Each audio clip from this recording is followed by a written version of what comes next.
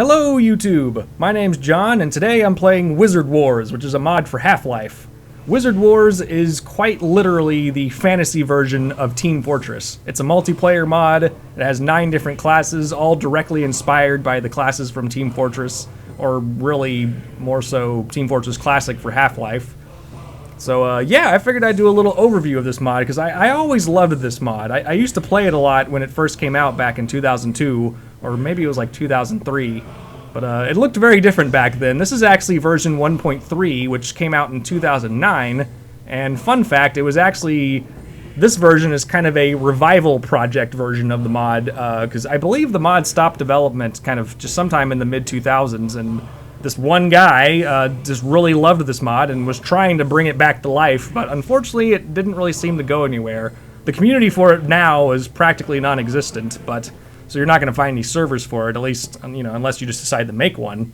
But nevertheless, I figured we just kind of check this mod out, because it really held a special place in my heart for a long time. It was just so much fun, because I always loved Team Fortress, as you may know. And I mean, this was, if you like Team Fortress and you like fantasy games, I mean, this was just the best of both worlds.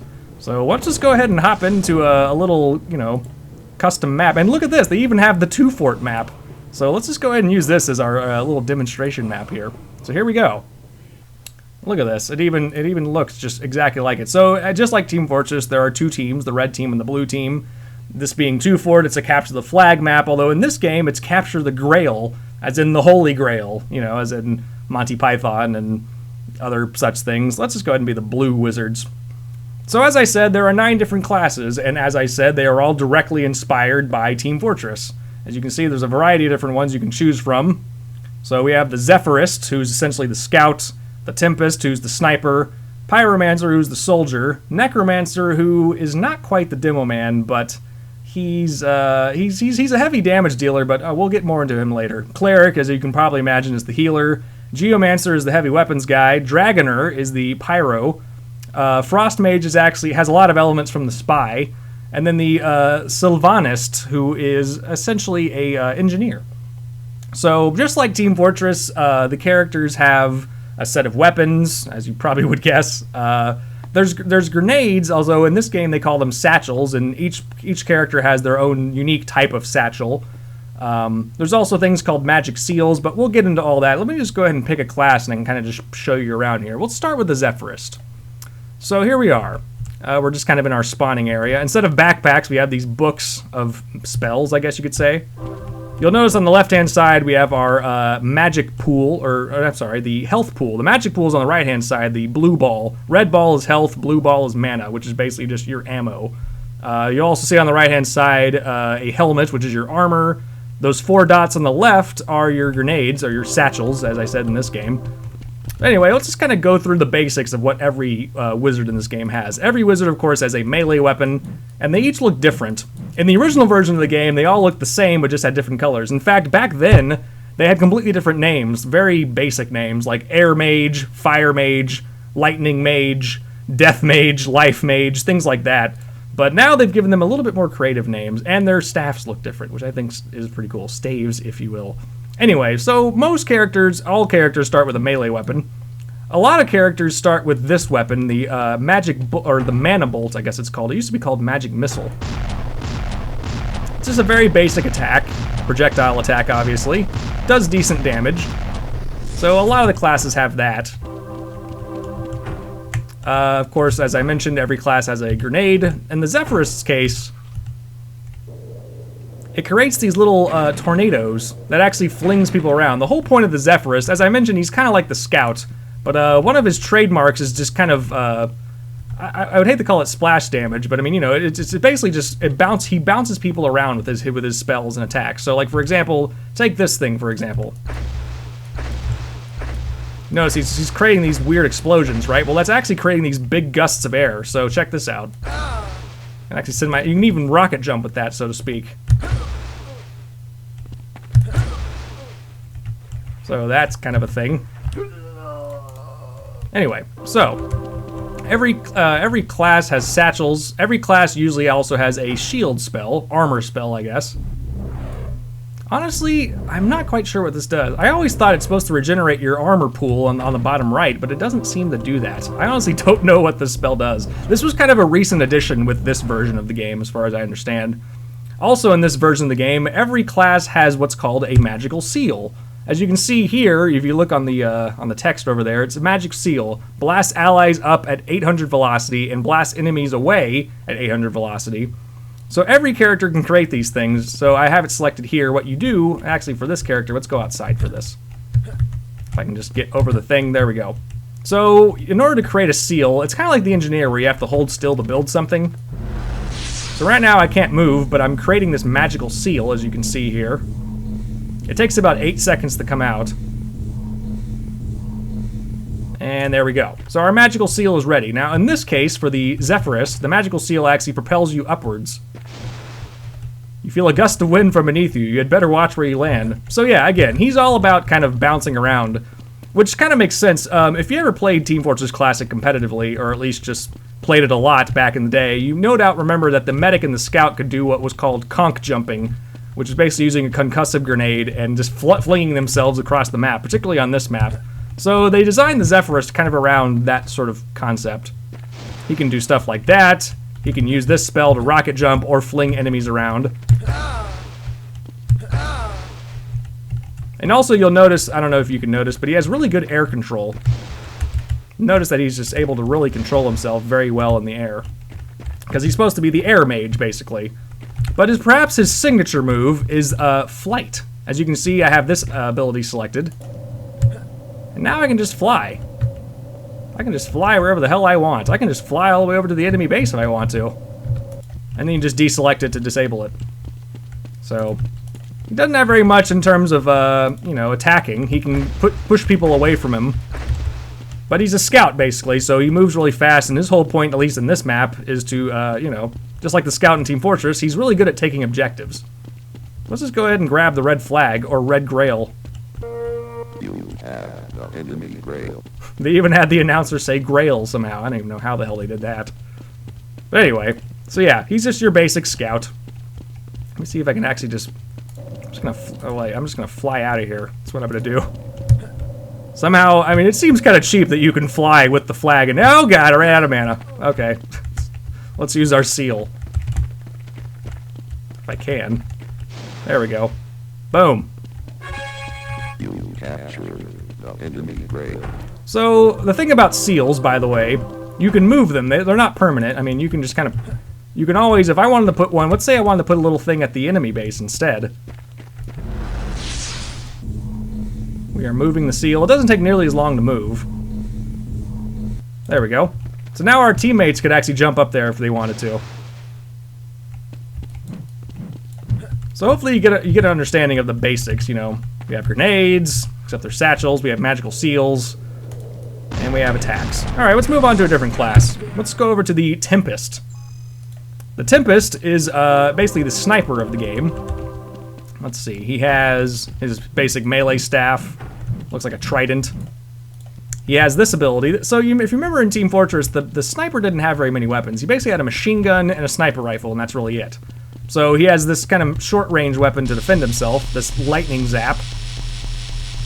But if he wants to do some sniping, he has the lightning bolt ability. Spot bolt, I guess it's called.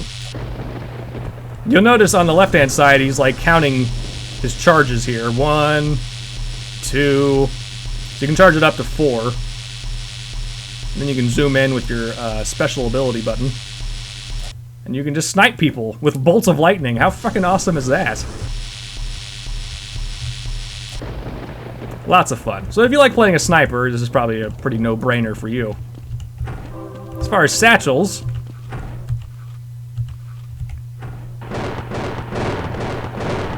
creates bolts of lightning like that. And then he has his magical seal, of course, which I believe enhances your damage. Let me see what it says.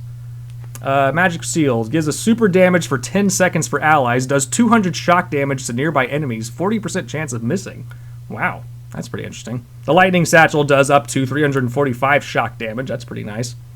You'll also maybe notice that there are these things down there called combos. We'll get into that a little bit later. But anyway, let's just go ahead and move on to the Pyromancer then. Oh, wait a minute, I didn't even create the seal. So professional, as usual. Might as well just show you how this looks and what this does. Once again, it takes about 8 seconds to charge up, and boom, our magic seal's ready. Well, let's use this, why not? The hair on the back of your neck stands up. It seems your attacks have much more power for a short while. As long as you have that yellow glow on your weapons, then you are doing way more damage than usual. As far as I know, there are unlimited charges of this thing. You can just kind of walk up to it and grab it as many times as you want. So I guess the ideal thing would be putting it in a position where your team can make regular use of it. As you can see, if you put it over there, there's not enough time to get into the enemy base and start using it, so... It could be, I mean, really, I could see it as being a defensive ability as well. That the Tempest could summon one kind of next to his sniper perch, and then he could just run over it whenever he's being attacked. Nevertheless, so, sniper, basically. Let's move on to the Pyromancer. He's about as close to a soldier as you can get. As you can see, he moves pretty damn slowly. But as you can probably guess, he's a Pyromancer, so he lights things on fire. He also has the magic missiles, mana bolt, whatever. But one of his abilities is conflagration. This actually has an almost unlimited range. You could light snipers on fire from over here. Ah, it burns, it burns. Those voiceovers. So yes, I am currently on fire. If I jumped in that water, of course that would extinguish myself. He also has the fireball spell. Kind of a rocket launcher. Slow rate of fire, but it will do a lot of damage, and it eats up a lot of mana. I don't know if you can see that, but it definitely does. His satchels, of course, are fire-based, and they're colored red. Lights people on fire. It burns, it burns. Yeah, apparently being in here does not extinguish you, but nevertheless. And then we have his seal. I don't even remember what it does, but we'll create one anyway. So yeah, he's essentially a soldier. I mean, he's kind of the bread and butter class. I mean, he's just a good solid pick, you know. Immune to fire. Okay, well, nothing wrong with that. Sun against your skin feels cooler. All right, let's move on. I really like the Pyromancer, though. I used to play him quite a bit. Necromancer was probably my preferred class. So normally in slot 4 would be the Demo Man, but the Necromancer is not quite a Demo Man. He doesn't have really any ability to blow things up or anything like that. So he has this special ability where he can eat dead bodies to restore his health. Or really, I guess it's just, well yeah, it restores health and mana. So actually there was a dead body right here. I'll swallow your soul. So yeah, he's all about death, this guy. He's got magic missiles, but he also has this death ray.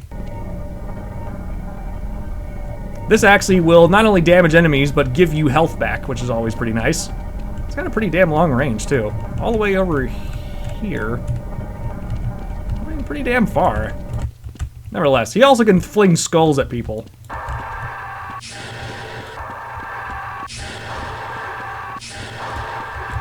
So actually, those will latch onto, well, not really latch onto, but they will home in on enemies if they're nearby. And it does a decent amount of damage, too. Probably the main reason to play a Necromancer is to create poison, basically. All of his satchels create poison.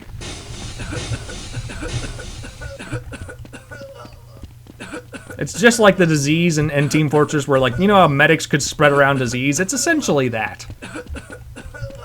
And the only way you can get rid of it is by being healed by a mage, or by a medic, as far as I know. Or I guess going in here and grabbing some health. But that's really his main purpose. What does this seal do? Also, wait a minute. So, yeah, it does 100 fire damage, by the way, if an enemy touches the seal. That's the thing about seals, is that they benefit your team, but they can also be used strategically to damage the enemy. But anyway, what does the Necromancers do? Gives allies invincibility. That's pretty nice. And does 20 poison damage to enemies. Alright. Might as well just build one real quick. But yeah, I always really like the Necromancer. He's just kind of his own little class. I mean, he doesn't really fit in the archetype of Team Fortress, but... And he comes with a scythe. I mean, what's not to love about that? There we go. I mean, look at this. Fucking scythe, man. Now we're invincible. The souls of the dead are protecting you for a short while. I'm gonna eat this while I'm at it. Oh, so wait a minute. It does not restore your mana. It actually drains mana. You can eat people, eat dead bodies, to give yourself health, but at the cost of mana. So, I did not read that correctly. So now I'm very, very low on mana. Nevertheless, alright, so let's move on to the Cleric. Basically the medic of the team, as you can probably guess. He's very fast, as you can see. Well, his max speed is high, but not very high. I don't know, I mean, wait, so it's high, and then there's very fast. What's the damn difference? Notice the Necromancer was low to medium. Did have a lot of health, though. Anyway, so Clerics, as you can imagine, heal people. He also has the double mana bolt, which I guess is a nod to the, because the medic used to have the super nail gun. So he can do that, which is pretty nice. He also has the healing beam. Just basic healing. What else can he do? Oh, this is the repel spell. So you can knock people away from you. If people are swarming all around you, you can just go boom. Get them to get the fuck away from you. What do his satchels do? Heals, oh yeah. It does damage to enemies, but it'll heal people, heal your allies if they're nearby.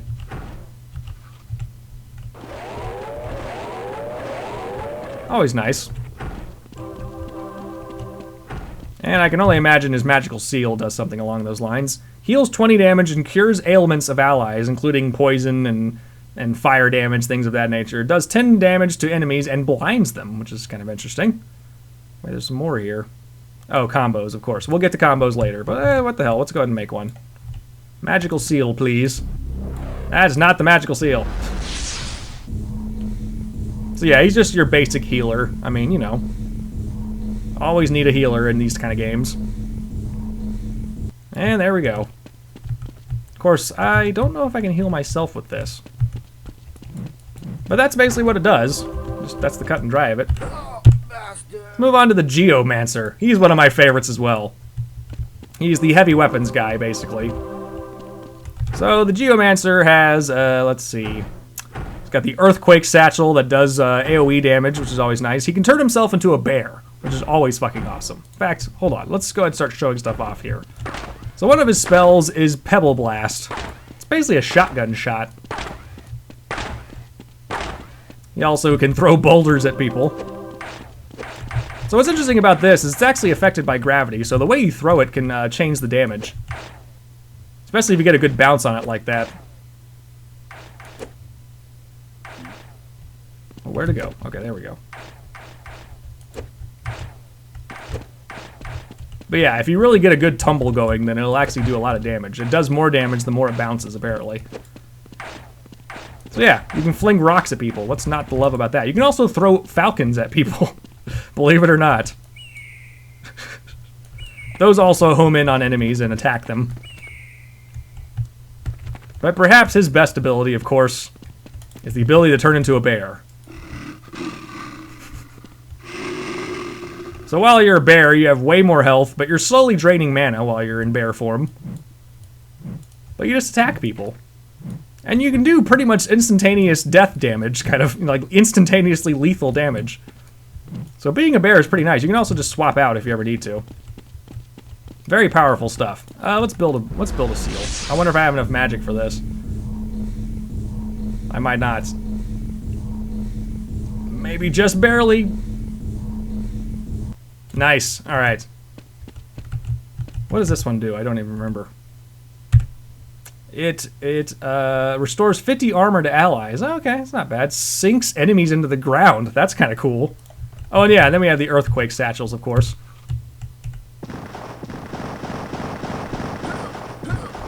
Just some kind of AoE damage. Probably be good to be throwing stuff up here to deal with snipers and things like that. Geomancer's a lot of fun to play. I really enjoyed playing him. Let's move on to the Dragoner. He's a relatively newer class when you compare the earlier versions of the game. He wasn't really in the early versions of the game. He was only added somewhat recently in terms of this game's release. But he is basically a pyro. Much more of a pyro than the Pyromancer, believe it or not. He has this flame breath. Lights people on fire, as you can probably imagine. You can also fling flaming drakes, which explode into flame.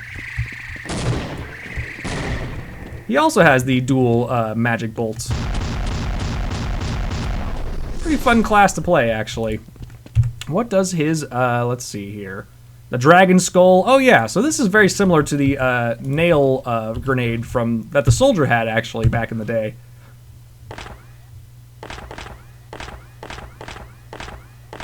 Very interesting stuff. What does his magic seal do? Let's see. Gives allies protective armor for 30 seconds or does fire damage to enemies.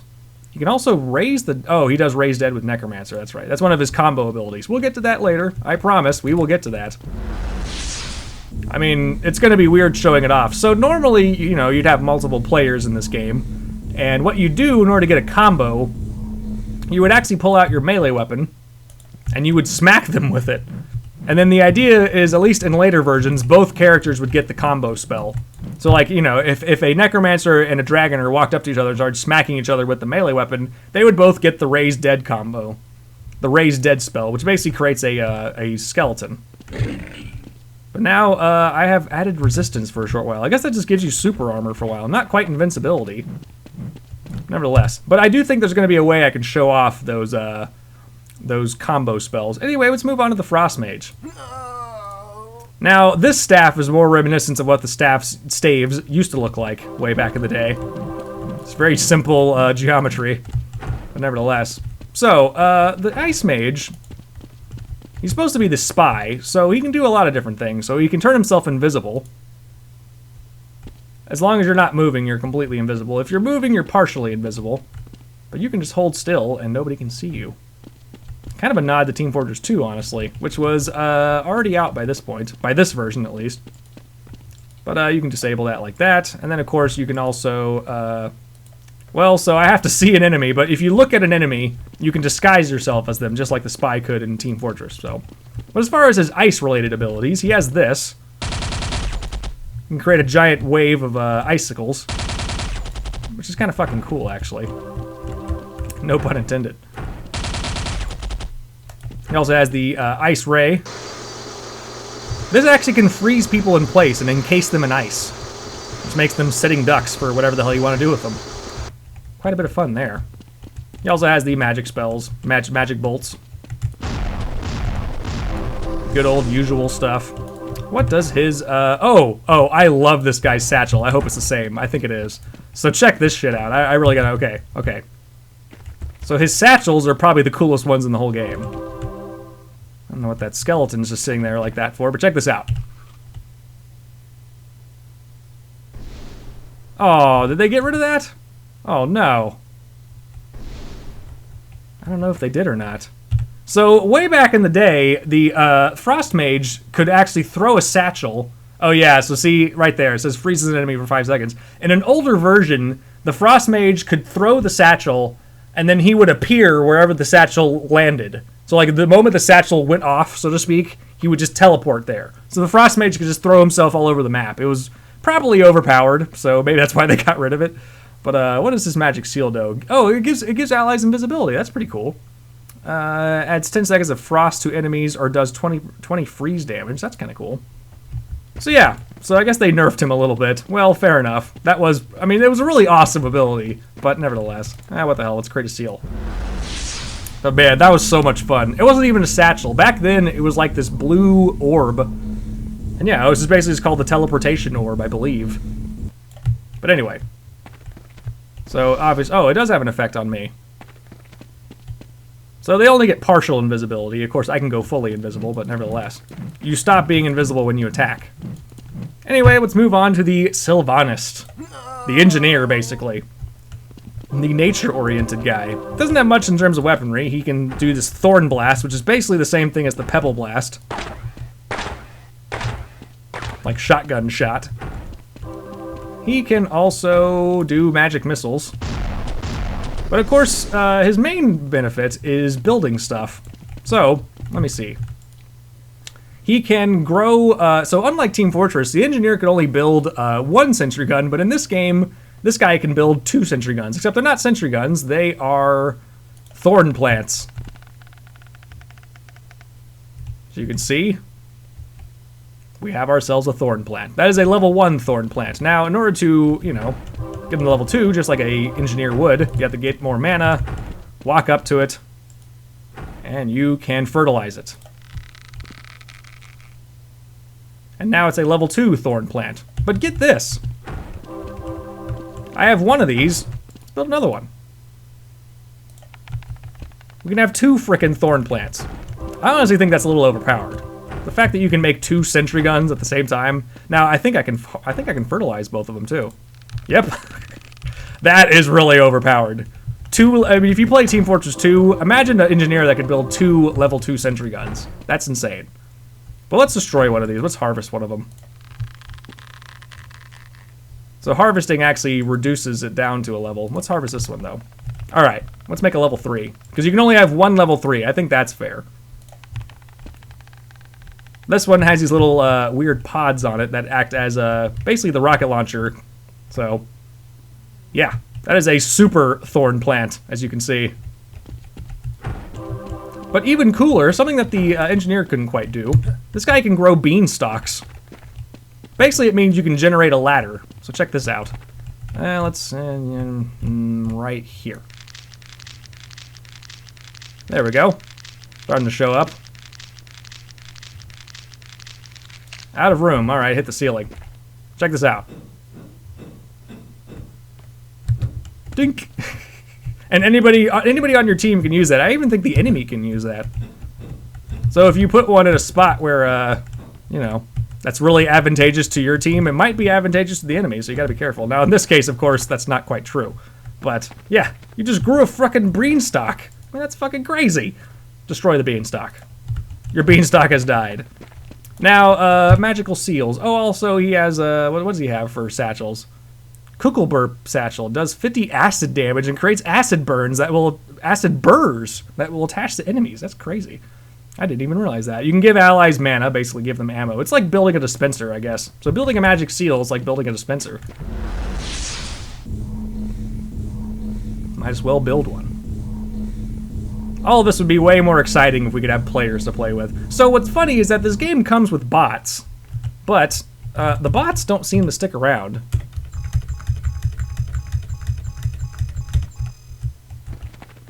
I can try to show them off. But notice that they're leaving one by one. Look at the bottom left.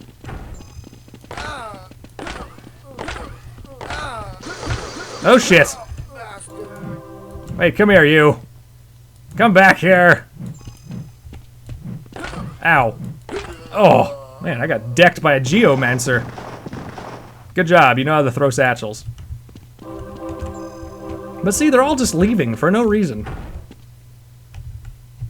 So yeah, there are bots in this game, but they just don't really seem to work, which I don't really understand why. Anyway, that was kind of a tour of the classes. There's a variety of different games in here. Let me see, there used to be a command where I could just enable,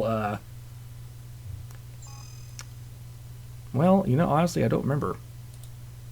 Let's just go to a different level real quick. Yeah. Alright, so here we are in a map called December. This is actually a 4-team map, which is interesting. The objective here would be to basically grab your Grail, which is up here, and take it to a very particular spot. If I could actually grab the damn thing, you know, let's fly up there. There we go. It's a nice thing about being a Zephyrist.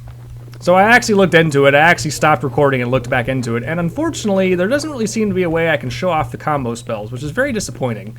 I did explain how they work, but I guess you'll have to just create your own server with your friends and try them out, because unfortunately but some of them are really cool. Like, you create skeletons. If you were a nature wizard, you could actually team up with someone else and create like a super plant that could actually move around like an enemy and chase people down and attack them. Some cases you could create like a giant weasel thing. There's a lot of variety of crazy ass spells that you could do. What the hell is this? Anyway, but yeah, this is kind of a 4-player map. It's got a whole snow theme, hence the name December, I suppose. Let's see what else we got. We got, let's see, Checkmate. There's a wide variety of maps here. This one's kind of interesting. I mean, I think the point is to, I think you're actually supposed to break this thing open. And then take out the queen. I don't really know, honestly. This is a very strange map. Let's actually go over to the other side. Can't even open the door. I have no idea what the hell's going on here. Let's go ahead and hop out there. Probably could have picked a faster class, but you know what? Whatever. Oh, wow, you can't... Oh, wait, there we go. There's all these chess pieces moving around for some reason.